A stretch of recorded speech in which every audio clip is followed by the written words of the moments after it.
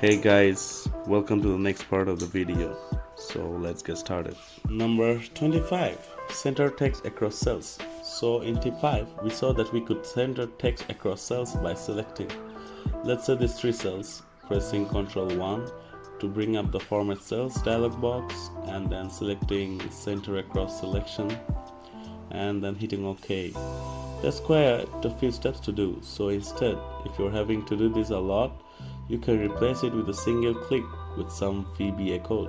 So on the right here, I have the VB code that does this. We create a subroutine, sub center underscore across underscore selection with selection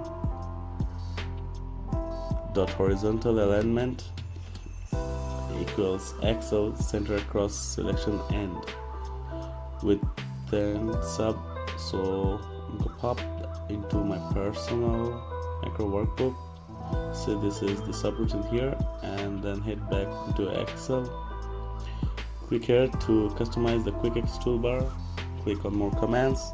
Then I will select macros, center across selection. I'll click on add and then I'll modify it. Change the name to something easier to see. Center across selection. And I will use this arrow as a symbol. Click OK. You see it's added this arrow, which stands for center across selection. Run this macro whenever I click it.